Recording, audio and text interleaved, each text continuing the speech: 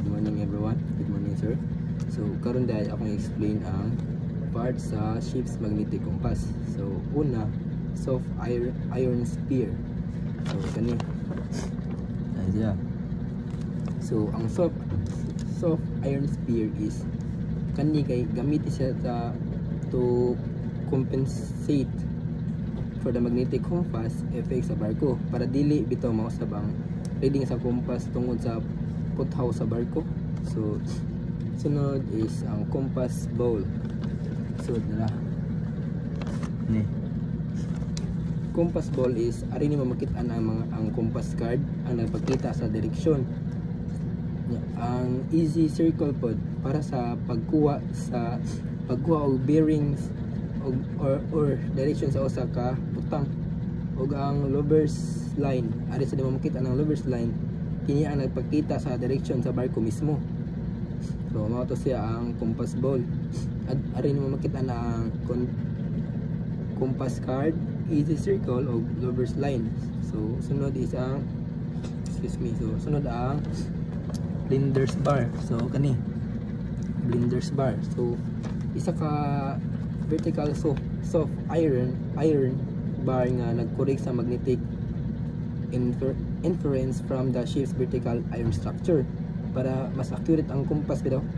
So ano siya? Sunod is ang fore and aft beam magnet theory. Kani. Ayan.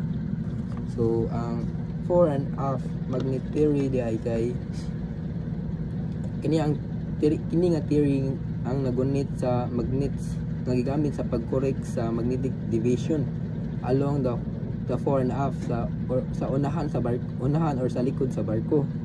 So sunod kasi kaning outward ship magnet theory C kani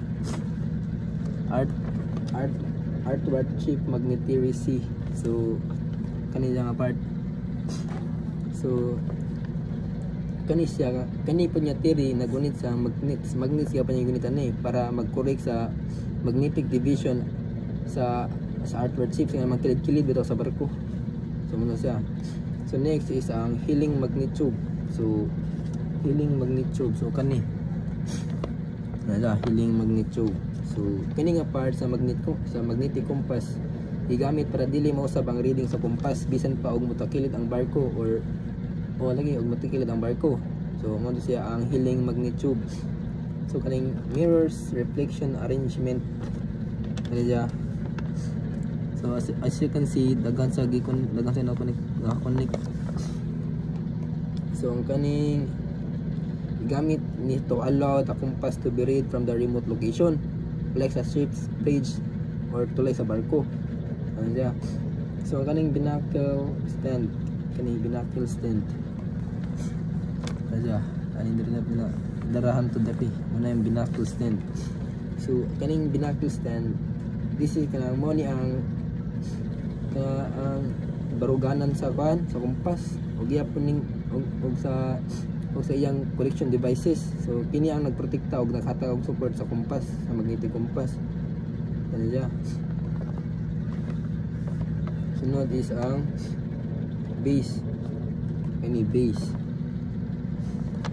is a foundation ginang base mo ni ang foundation sa compass nga nag-secure nini ang deck sa barko or sa compass.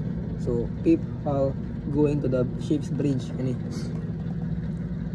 peep hull going to the ship's bridge. So kani siya is this allows viewing the compass from the bridge para makita sa mga official ang direksyon sa barko. So mo to ang mga parts sa ship's magnetic compass. Thank you sir.